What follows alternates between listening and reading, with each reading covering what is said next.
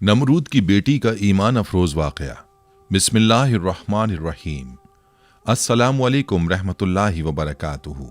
मैं हूँ जमील अहमद जामी। यकीनन तमाम तारीफ़ें अल्लाह के लिए हैं। हम उसी की तारीफ़ बयान करते हैं, उसी से मदद के तलबगार हैं। मैं गवाही देता हूँ कि अल्लाह के सिवा कोई भी माबूद बरहक नहीं।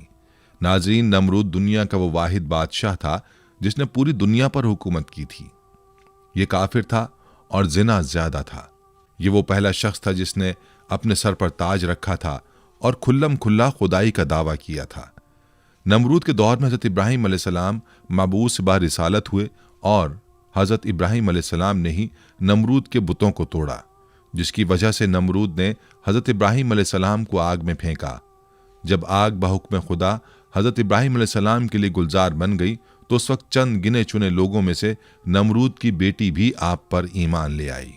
जब नमरूद को इसकी खबर मिली तो उसने अपनी बेटी के साथ क्या किया और नमरूद की आग में हज़रत इब्राहीम अलैहिस्सलाम के साथ कौन से वाक़यात पेश आए, ये आग कितने अरसे में तैयार की गई, खुदावंद मुताल ने छिपकली को मारने का हुक्म क्यों दिया और मेंढक को मारने से मना क्यों फरमाया, इसके साथ साथ आपको नमरूद का अंजाम भी बताएंगे।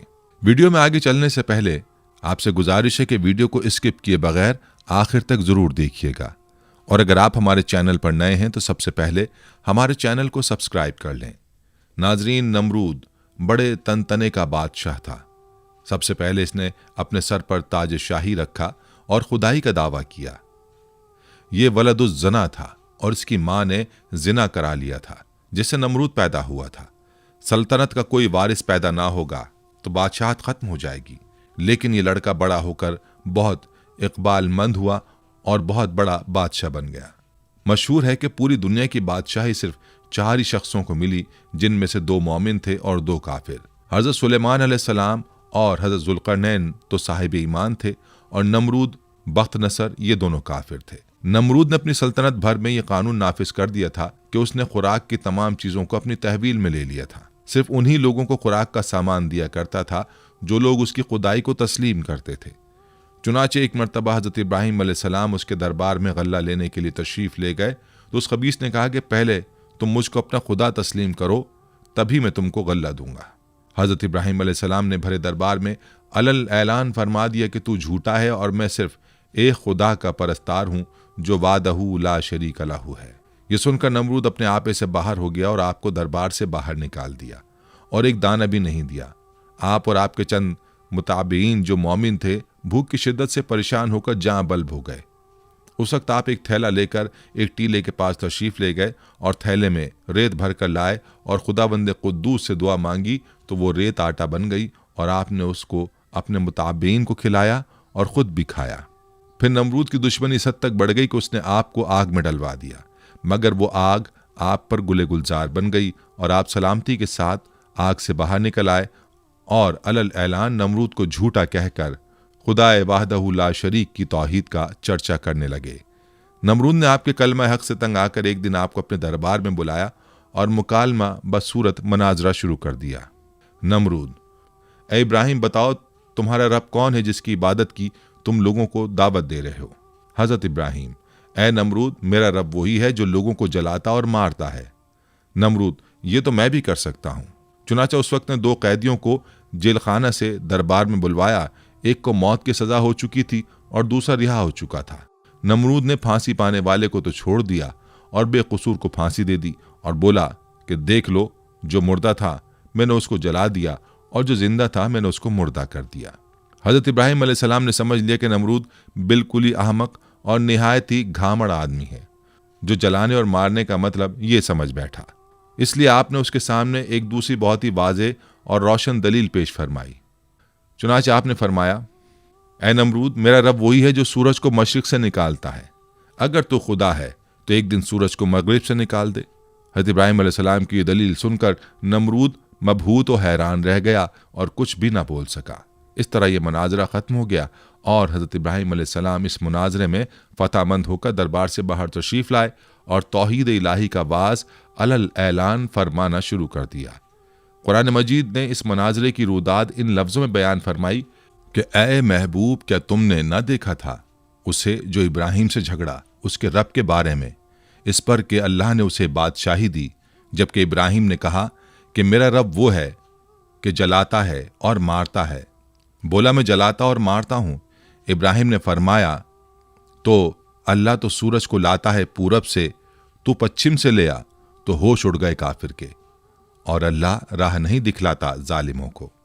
हज़रत इब्राहिम अलैहिस्सलाम खुदाबंद की तौहीद के ऐलान पर पहाड़ की तरह कायम रहे, न कि नमरूद की बेशुमार फौजों से गायब हुए, न उसके जुल्म जबर से मरूब हुए, बल्कि उस जालिम ने आपको आग के शोलों में डलवा दिया।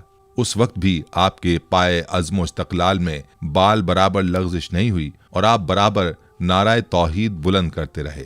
फिर उस बेरहम ने आप पर दाना पानी बंद कर दिया। इस पर भी आपके अज़्म इस्तक़ामत में जर्रा बराबर फर्क नहीं आया। फिर उसने आपको मनाजरे का चैलेंज दिया और दरबार शाही में तलब किया ताकि शाही रोब व दाब दिखाकर आप अलैहिस्सलाम को मरूब कर दे। लेकिन आपने बिल्कुल बेखौफ होकर मनाजरे का चैलेंज कबूल फरमा लिया और दरबार शाही में पहुंचकर ऐसी मजबूत और दंदान शिकन दलील पेश फरमाई कि नमरूद के होश उड़ गए और वो हक्का बक्का होकर लाजवाब और खामोश हो गया और भरे दरबार में उस कलमा हक की तजल्ली हो गई। बिलाखिर हजरत इब्राहिम अलैहिस्सलाम की सदाकत और हक्कानियत का परचम सर बुलंद हो गया और नमरूद एक मच्छर जैसी हकीर मखलूक से हलाक कर दिया गया। हजरत इब्राहिम अलैहिस्सलाम को आग में फेंकने का वाक़या मुफस्सिरीन ने इस तरह बयान किया है कि ईद के दिन कौम के लोगों ने हजरत इब्राहिम अलैहिस्सलाम को भी शहर से बाहर मेले में चलने की दावत दी, लेकिन उन्होंने तबीयत की खराबी का कहकर जाने से माजत कर ली। दरहकीकत वो ऐसे ही मौके की तलाश में थे। चुनाचे जब पूरी कौम मेले में शिरकत के लिए चली गई तो हजरत इब्राहिम अलैहिस्सलाम एक कुल्हाड़ा लेकर बुतखाने में दाखिल हुए। उनमें से अक्सर उनके बाप आजर के हाथों से तराशे हुए थे। हजरत इब्राहिम अलैहिस्सलाम बड़े देवता के हैकल में चले गए। कौम का सबसे मुकद्दस देवता बातिल खुदाओं का सरदार माना जाता था। हजरत इब्राहिम अलैहिस्सलाम ने देखा कि वहाँ मौजूद पत्थर और लकड़ी से बनाए गए देवताओं के सामने फल, खानों और मिठाइयों के ख्वान रखे हुए थे जो लोगों ने चढ़ावे के तौर पर नजर किए थे। हजरत इब्राहिम अलैहिस्सलाम ने उन मूर्तियों को मुखातिब करके कहा, ये सब तुम्हारे लिए रखा है, तुम खाते क्यों नहीं? हजरत इब्राहिम ने दोबारा फरमाया, मैं तुमसे मुखातिब हूँ, तुम मेरी बात क्यों नहीं सुनते, मेरी बात का जवाब क्यों नहीं देते? हजरत इब्राहिम अलैहिस्सलाम ने हथौड़े से उनको तोड़ दिया, लेकिन सिर्फ एक बुत को रहने दिया और उस बुत के कांधे पर कुल्हाड़ा रखकर चले गए। फिर रात गुजरने के बाद सुबह को जब नमरूदियों की वापसी हुई तो उन्होंने अपने बुतखाने में हशर का मंजर देखा। उनके खुदाओं के हशर नशर ने उनके पैरों तले जमीन निकाल दी। इस वाक़े की खबर सबसे पहले नमरूद को दी गई। नमरूद ने कहा कि जब किसी को देखा नहीं गया, क्यों कर किसी को सजा दी जा सकती है? इस पर उन लोगों ने जिन्होंने हजरत इब्राहिम अलैहिस्सलाम को ये कहते हुए सुना था, खुदा की कसम मैं तुम्हारे बुतों को ठीक कर दूंगा, नमरूद से कहा कि काम सिर्फ इब्राहिम का है। नमरूद ने कहा कि मैं सिर्फ तुम्हारे कहने पर सजा ना दूंगा, ज़रूरत है कि उसको गिरफ्तार करके सरेआम लाया जाए। चुनाचे उसने उनकी गिरफ्तारी का हुक्म दे दिया और हजरत इब्राहिम अलैहिस्सलाम को गिरफ्तार करके नमरूद के दरबार में हाजिर किया गया। दरबार लोगों से खचाखच भरा हुआ था। हजरत इब्राहिम अलैहिस्सलाम रोब और वक़ार के साथ दरबार में दाखिल हुए और शाही प्रोटोकॉल को नज़रअंदाज करते हुए नमरूद के सामने जा खड़े हुए। कुरान करीम में इस हवाले से फरमाया गया, तर्जुमा, कहने लगे, हमारे माबूदों के साथ ये सलूक किसने किया है? बेशक वो तो जालिमों में से है। लोगों ने कहा, हमने एक नौजवान को उनका जिक्र करते हुए सुना है, उसका नाम इब्राहिम है। वो बोले कि उसे लोगों के सामने लाओ ताकि वो गवाह रहें। जब इब्राहिम अलैहिस्सलाम आए तो उनसे कहा, क्या हमारे माबूदों के साथ ही काम तूने किया है? इब्राहिम अलैहिस्सलाम ने कहा कि ये काम उस बड़े बुत ने किया होगा। अगर ये बोलते हैं तो इनसे पूछ लो। वो सर नीचा करके बोले, तुम जानते हो कि ये बोल नहीं सकते। सूरह अंबिया आयत 58-65। हजरत इब्राहिम अलैहिस्सलाम का ये अमल जहाँ साहिब इख्तिदार लोगों और ख़ुद नमरूद पर बिजली बनकर गिरा, वहीं इस अमल से अवामुन्नास के दिलों में हजरत इब्राहिम अलैहिस्सलाम की जुर्रत और हौसले की दाग बैठ गई। मजहबी पेशवाओं ने पुररोब आवाज़ में पूछा, ए इब्राहिम, हमारे बुतों की तौहीन किसने की है? हजरत इब्राहिम ने जवाब दिया, हथौड़ा बड़े बुत के कांधे पर है, उससे पूछो ये सब किसने किया है। पुजारी निदामत और शर्मिंदगी से सर झुका के बोले, इब्राहिम, तुम खूब जानते हो कि पत्थर की मूर्तियां बोलती नहीं हैं। हजरत इब्राहिम ने फरमाया, जब ये बोलते नहीं, हरकत नहीं कर सकते, अपना दिफा नहीं कर सकते, तो तुम इनसे नफ़ा पहुंचाने की उम्मीद क्यों रखते हो और नुकसान होने का अंदेशा क्यों करते हो? तुम पर अफसोस है कि तुम कायनात के मालिक अल्लाह को छोड़कर झूठे माबूदों को पूजते हो। क्या तुम अक्ल शऊर नहीं रखते? हजरत इब्राहिम अलैहिस्सलाम की तकरीर बुत परस्तों के अकायद पर ऐसी कारी ज़रब थी कि नमरूद ने अपनी खुद साख्ता खुदाई को जमीन बोस होते हुए देख लिया। नमरूद चालाक आदमी था। उसने हजरत इब्राहिम अलैहिस्सलाम से पूछा, ए इब्राहिम, तू अपने बाप दादा के दीन की मुखालफत क्यों करता है? तू उन मुकद्दस बुतों को माबूद मानने से क्यों मुनकिर है? हजरत इब्राहिम अलैहिस्सलाम ने फरमाया, अल्लाह ताला सारी कायनात के तन्हा मालिक हैं, हम सब उसकी मखलूक हैं। पत्थरों लकड़ियों से बनाए हुए बुत खुदा नहीं, ये तो अपनी सलामती और हिफाजत के लिए भी दूसरों के मोहताज हैं।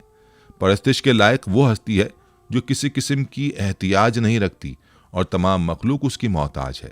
यह सुनकर नमरूद बोला, अगर मेरे अलावा कोई रब है तो उसका ऐसा वस्फ बयान कर जिसकी कुदरत मुझ में ना हो। हज़रत इब्राहिम अलैहिस्सलाम ने फरमाया, मेरा रब मौत और हयात पर कादिर है। नमरूद बोला, जिंदगी और मौत तो मेरे कब्जे कुदरत में भी है। उसने एक कैदी को, जिसकी मौत की सजा का हुक्म हो चुका था, जान बख्शी कर दी और दरबार में मौजूद एक शख्स की गर्दन मारने का हुक्म सादिर कर दिया। हज़रत इब्राहिम अलैहिस्सलाम ने नमरूद से कहा, कायनात का हर जर्रा मेरे रब का मोहताज है। सूरज उसके हुक्म से हर रोज मशरिक से निकलता है और मगरिब में डूब जाता है। तो सूरज को मगरिब से निकाल कर दिखा। मजहबी पेशवाओं और बादशाह के अकायद की तकजीब ने ऐवान नमरूद में दरारें डाल दी। अरबाब इख्तिदार ने शोर गोगा बुलंद किया कि इब्राहिम हमारे देवताओं की तौहीन का मुर्तकिब हुआ है और बाप दादा के मजहब को झुटलाता है। उसकी सजा यह है कि उसे आग में फेंक दिया जाए। बुतों को तोड़ने का अमल नमरूद समेत पूरी कौम के लिए नाकाबिल माफी जुर्म था। लिहाजा फैसला किया गया कि हज़रत इब्राहिम अलैहिस्सलाम को आग में डाल दिया जाए ताकि आइंदा किसी को बुतों की बेहुरमती करने की हिम्मत ना हो। चुनाचे पूरी कौम लकड़ियां जमा करने के अमल में मसरूफ हो गई। यहां तक कि अगर कोई बीमार पड़ जाता या किसी का कोई काम ना होता तो वो मन्नत मानता कि अगर मुझे शिफा हो गई या मेरा काम मुकम्मल हो गया तो मैं इब्राहिम अलैहिस्सलाम को जलाने के लिए लकड़ियों का गट्ठा दूंगा। एक मुद्दत तक कौम लकड़ियां जमा करती रही। जब लकड़ियों का पहाड़ खड़ा हो गया तो एक बहुत गहरी खंदक खोदी गई। लकड़ियों के उस ढेर को उसमें डाला गया। अजाइबुल क़साइस अल्लामा अब्दुल वाहिद बिन मोहम्मद अल मुफ्ती सफ़ा नंबर 87 में है कि नमरूद ने उनको गिरफ्तार करके कि लोहे वाले तंदूर में बंद करा दिया और उसमें भरपूर आग जलवा दी।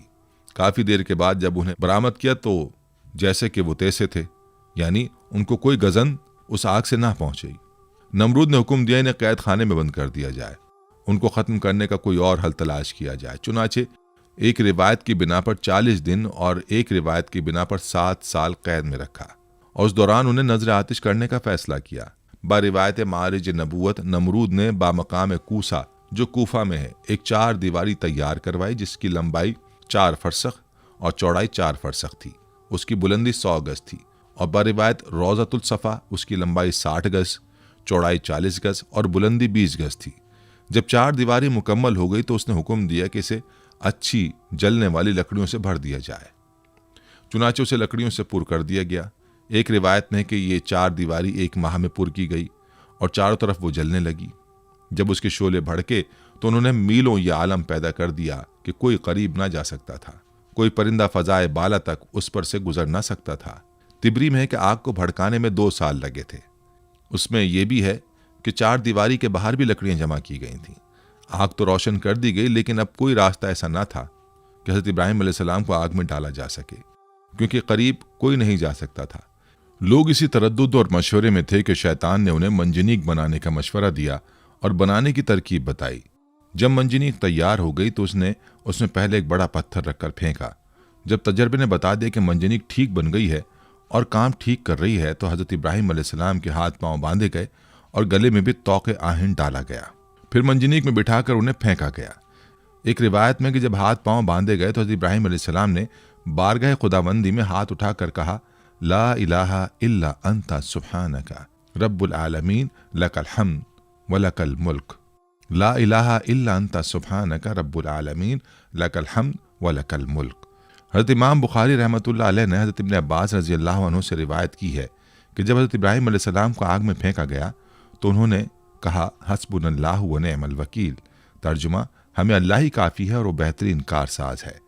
हज़रत अबू हुरैरा रज़ी अल्लाह अन्हु से मरवी है कि रसूल अकरम सल्लल्लाहु अलैहि वसल्लम ने फरमाया कि जब हज़रत इब्राहिम अलैहिस्सलाम को आग में डाला गया तो उन्होंने कहा, ऐ मेरा अल्लाह, तू आसमान में तन्हा और ज़मीन में तेरी इबादत करने वाला तन्हा है। एक रिवायत में कि उसी दौरान आसमान के मौजिज़ फरिश्ते बारगाह खुदाबंदी में हाजिर होकर अर्ज़ करने लगे कि मालिक, रुए ज़मीन पर एक इब्राहिम है जो तेरी वहदानियत की तबलीग कर रहे हैं। अब उन्हें भी नजर आतिश किया जा रहा है। हमारे मालिक तो उनको बचाने के लिए हमको हुक्म दे।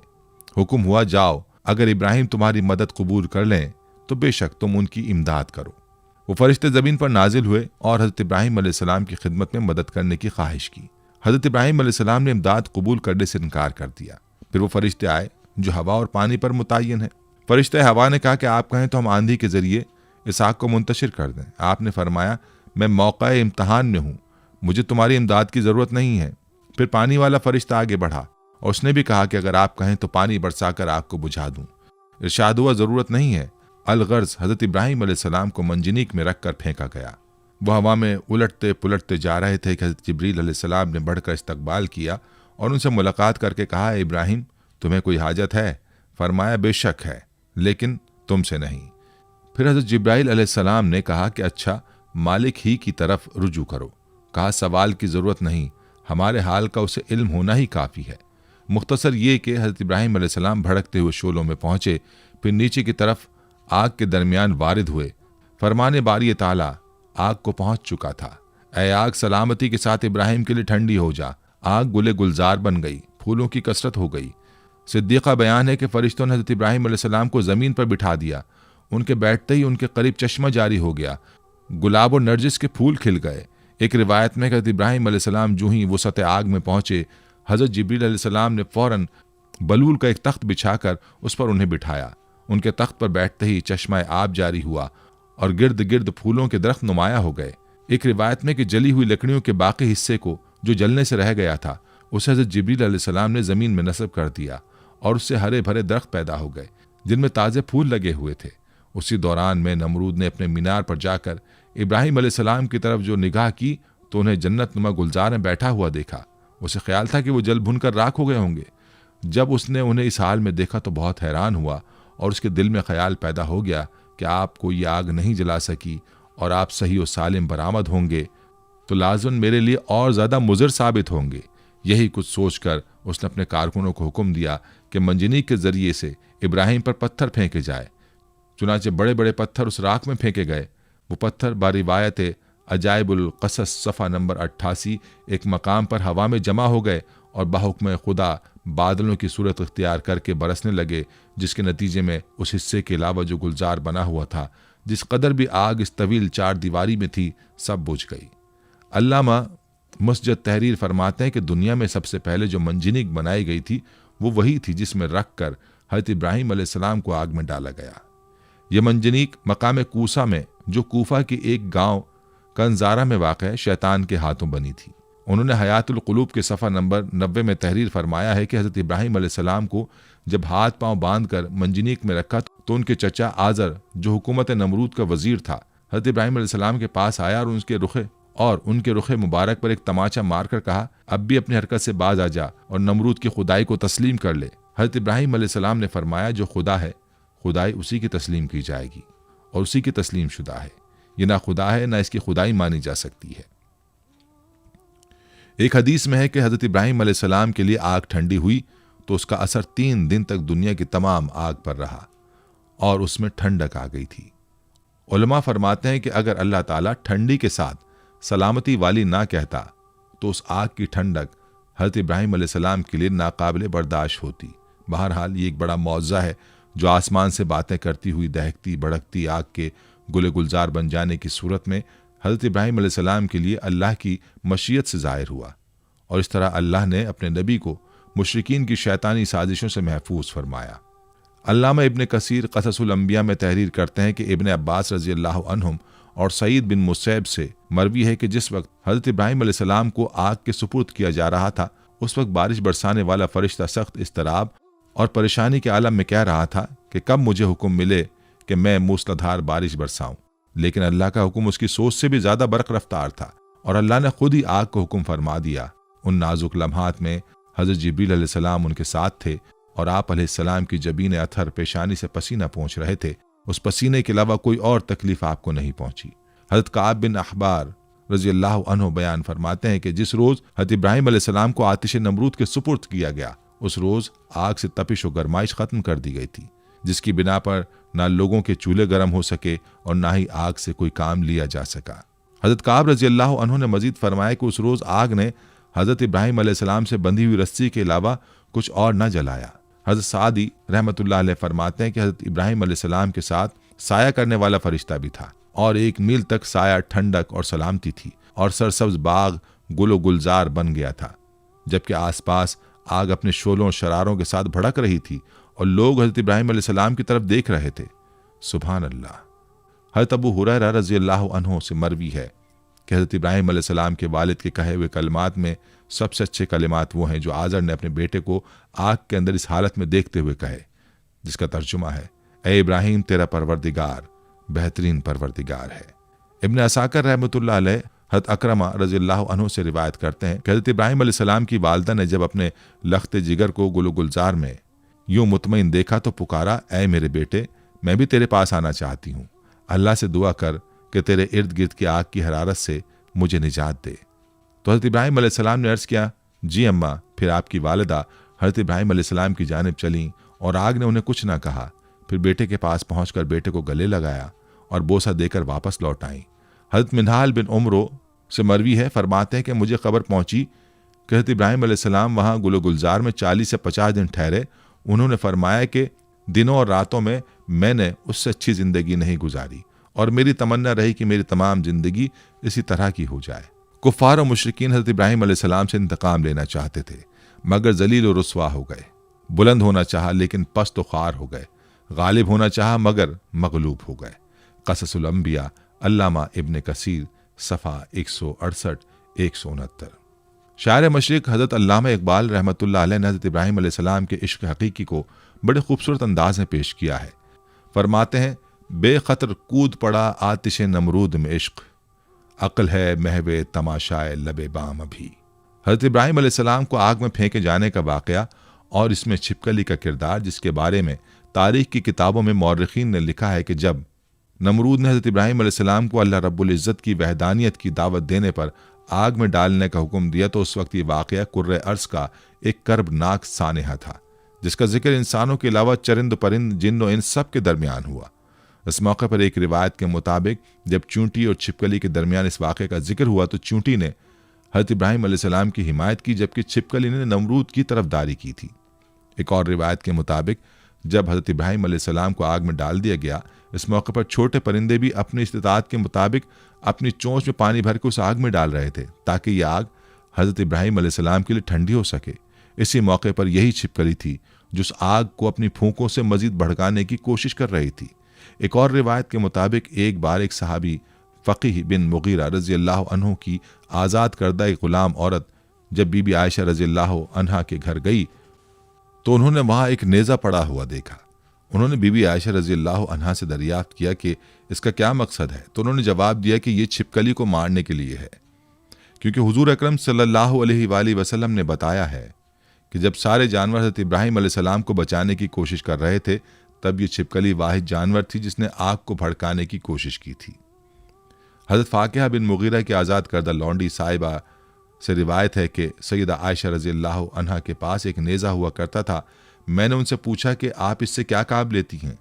फरमाया कि हम इससे छिपकलियाँ मारते हैं, क्योंकि हमें अल्लाह के नबी सल्लल्लाहु अलैहि वसल्लम ने बताया है कि जब हज़रत इब्राहीम अलैहिस्सलाम को आग में डाला गया तो ज़मीन के सब जानवर आग बुझाने में मसरूफ़ थे सिवाय छिपकली के। वो आग को तेज़ करने के लिए फूंके मारती थी। चुनाचे रसूलुल्लाह सल्लल्लाहु अलैहि वसल्लम ने उसे मारने का हुक्म दिया है। सुनन नबी माजा हदीस नंबर 3231, सुनन मसनद अहमद हदीस नंबर 6504। नाज़रीन, हज़रत इब्राहीम अलैहिस्सलाम को जब आग में डाला गया तो आप अलैहिस्सलाम की उम्र 16 या 20 साल थी। आप अलैहिस्सलाम कितनी मुद्दत तक आग में रहे, इस सिलसिले में 3 अक़वाल हैं। बाज़ मुफस्सिरीन कहते हैं कि आप 7 दिन तक आग में रहे। मौरख़ीन का बयान है कि आतिश नमरूद के गुलजार बनने के वाक़यात और उसके दीगर हालात देखकर हज़रत लूत अलैहिस्सलाम और जनाब सारा ने ईमान ज़ाहिर किया और नमरूद की बेटी राज़ा भी ईमान लाई। हज़रत लूत अलैहिस्सलाम हज़रत इब्राहीम अलैहिस्सलाम के चचाजाद भाई थे और जनाब सारा चचाजाद बहन थी। नमरूद की बेटी के ईमान लाने के मुतालिक अल्लामा अब्दुल वाहिद बिन मोहम्मद अल मुफ्ती बहावाला मारिजुल नबूवत में लिखते हैं कि नमरूद की बेटी राज़ा बड़ी ज़ीरक और होशियार लड़की थी। उसने जब हज़रत इब्राहीम अलैहिस्सलाम के आग में डाले जाने को देखा तो बड़े इसरार से अपने वालिद को इस बात पर राज़ी किया कि उसे उस मीनार पर जाने की इजाज़त दी जाए जिस पर सब लोग बैठकर हज़रत इब्राहिम अलैहिस्सलाम को देख रहे हैं। चुनाचे नमरूद ने इजाज़त दे दी और वो उस मीनार पर जा पहुंची। वहां पहुंचकर उसने हालात देखे। उसे देखकर बड़ा ताज्जुब हुआ कि आग गुले गुलजार बन गई और बलोर का तख्त उनके लिए लाया गया है। उसने बेसाख्ता आवाज़ दी, ए इब्राहिम, मैं ये क्या देख रही हूँ? ए इब्राहिम, ये हालात क्यों कर पैदा हुए? खुदा ने उसकी आवाज़ हज़रत इब्राहिम अलैहिस्सलाम तक पहुंचा दी। हज़रत इब्राहिम अलैहिस्सलाम ने जवाब दिया, जिसके दिल में अल्लाह की मार्फत हो उसे आग जला नहीं सकती। उसने कहा कि क्या मुझे इजाज़त है कि मैं आग में आप तक आ जाऊं? आपने फरमाया, तू कलमा पढ़ ले तो हमारे पास आ सकती है। उसने कलमा पढ़ा और चुपके से उतरकर हज़रत इब्राहिम अलैहिस्सलाम के पास जा पहुंची। जब आग के करीब पहुंची, उसे आग के किसी हिस्से ने नुकसान ना पहुंचाया और वो हज़रत इब्राहिम अलैहिस्सलाम तक जा पहुंची। वहां पहुंचकर उसने अपने ईमान की तजदीद की और वापस अपने घर बाप के पास चली गई। नमरूद को जब अपनी बेटी के ईमान लाने का वाक़या मालूम हुआ तो वह आग बगूला हो गया और अपनी बेटी से कहने लगा कि तौबा कर। उसने इनकार किया। फिर उसने जिद की और डराया, मगर उसने परवाह ना की। नमरूद जब उसे समझाने से आजिज हो गया तो उसने अपनी बेटी को जल्लादों के हवाले कर दिया। जल्लादों ने उसे धूप में लिटाकर उसके हाथ और पांव में मेखें ठोक दी। इधर जल्लादों ने उसे सजा दी, इधर खुदावंद ताला ने हज़रत जिब्राइल अलैहिस्सलाम को हुक्म दिया कि मेरी कनीज़ को वहां से तंदुरुस्त करके इब्राहिम तक पहुंचा दो। ये वाक़या हज़रत इब्राहिम अलैहिस्सलाम के आग से निकलने के बाद का है। हज़रत जिब्रील अलैहिस्सलाम ने नमरूद की बेटी राजा को हज़रत इब्राहिम अलैहिस्सलाम की खिदमत में पहुंचा दिया। चुनाचे वो उन्हीं के पास रही। बिलाखिर उन्होंने उसकी शादी अपने एक फर्जंद मदेन के साथ कर दी, जो कि सारा और हाजरा के अलावा कतूरा बीवी से था। फिर खुदा ने उसे ये इज्जत दी कि उसके सिलसिला रहम में बहुत से अंबिया को पैदा किया। बेशक ये दीन इस्लाम का हुस्न है कि जो भी उसकी आगोश में आ गया उसकी दुनिया और आखिरत दोनों संवर गई। हज़रत इब्राहिम अलैहिस्सलाम के असवाए हसना से उलमाए हक को सबक लेना चाहिए कि बातिल परस्तों के मुकाबले में हर किस्म के खौफ व हिरास और तकालीफ से बेनियाज होकर आखिरी दम तक डटे रहना चाहिए और ये ईमान और यकीन रखना चाहिए कि ज़रूर ज़रूर नुसरत खुदाबंदी हमारी इमदाद व दस्तगीरी फरमाएगी और बिलाखिर बातिल परस्तों के मुकाबले में हम ही फतहमंद होंगे और बातिल परस्त यकीनन खाइब व खासिर होकर हलाक व बर्बाद हो जाएंगे। हज़रत इब्राहिम अलैहिस्सलाम का ये तर्ज फ़िक्र व अमल, आपका ये उसवा तमाम हक परस्त आलिमों के लिए चिराग राह है और हकीकत यह है कि आपके असवाए हसना पर अमल करने वाले ज़रूर ज़रूर कामयाबी से हमकिनार होंगे। नाज़रीन, ये थी हमारी आज की वीडियो। हम उम्मीद करते हैं कि आपको हमारी आज की ये वीडियो ज़रूर पसंद आई होगी। अगर आपको हमारी आज की ये वीडियो पसंद आई है तो आपसे गुजारिश करते हैं कि आप हमारे चैनल को ज़रूर सब्सक्राइब कर लें और साथ ही लगे बेल के बटन को भी प्रेस कर लें ताकि आपके पास हमारी आने वाली मज़ीद मालूमाती वीडियोस का नोटिफिकेशन बर वक्त मिलता रहे। सब्सक्राइब के साथ साथ हमारी वीडियोस को लाइक भी करें और अपनी कीमती राय का इजहार कमेंट्स में ज़रूर करें। कमेंट्स में आप अपने सवालात भी हम तक पहुँचा सकते हैं। अल्लाह ताला आपको अपने हिफ्ज़-ओ-मान में रखे। आमीन।